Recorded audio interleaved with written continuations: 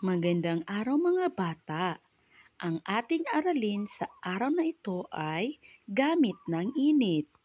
Ako si Teacher Seti K. Hampon, nagtuturo sa Lamuac Elementary School, SDO, Cotabato. Tawagin niyo na lang akong Teacher Seti. Ang layunin ng ating aralin ay nailalarawan ang gamit ng init. Madaming gamit ang init at kailangang mag-ingat sa paggamit nito. Tignan at suriin ang mga larawan.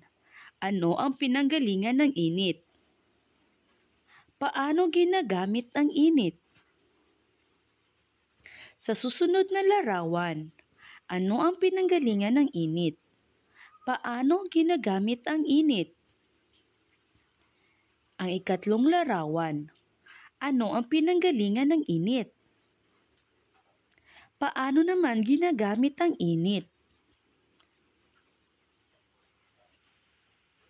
Ikaapat na larawan, ano ang pinanggalingan ng init? Paano ginamit ang init?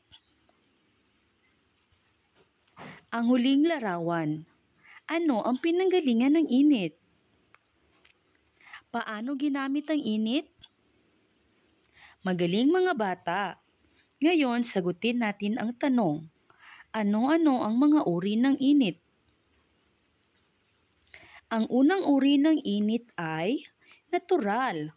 Ito ay gawa ng Diyos na lumikha o ng Allah. Ang halimbawa nito ay araw. Ang araw ang pangunahing pinagmumula ng init sa ating mundo. Ginagamit ito sa pagpapatuyo ng ating mga aning palay. Ginagamit din ito sa pagpapatuyo ng ating mga sinampay. Nagkakarga din ito ng kuryente galing sa araw gamit ang solar panel. Ang katamtamang init ng araw naman ay nakatutulong sa ating mga halaman. Ang ikalawang uri ng init ay artipisyal o gawa ng tao. Halimbawa nito ay apoy. Apoy na nagmumula sa ating mga kalan.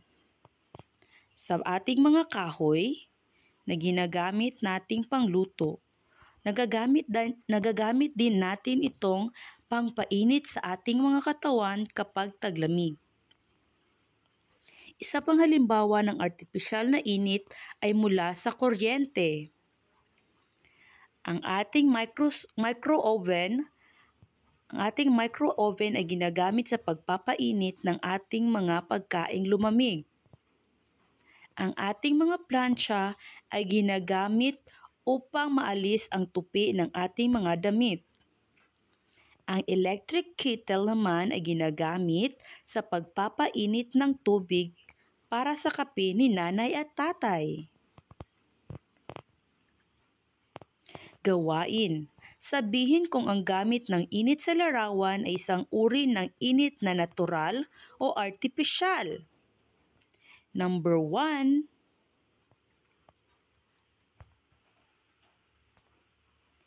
Number 2.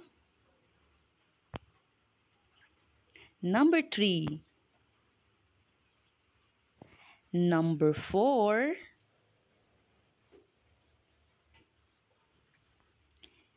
Number 5.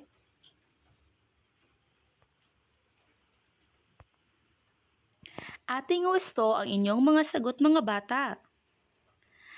Ang larawan sa number 1 ay pagsasampay ng mga damit. Ito ay natural.